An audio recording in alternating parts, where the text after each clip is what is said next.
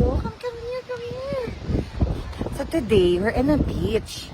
It's called Santa Teresa. Santa Cruz Beach. Ayan.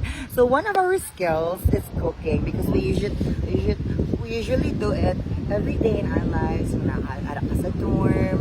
So, ara ka sa home when you feel hungry in the middle of the night. So yes, every time you hang out with follow ka naman sa akin eh. Ayan. Every time you do it and mag-beach party kayo, dapat the skill of cooking is already living within you. Charongga.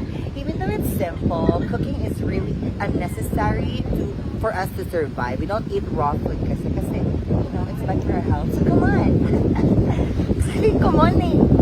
Ano ba? These are my group mates. Say hi to my vlog, guys. Hi guys! So ayan, hi sila no.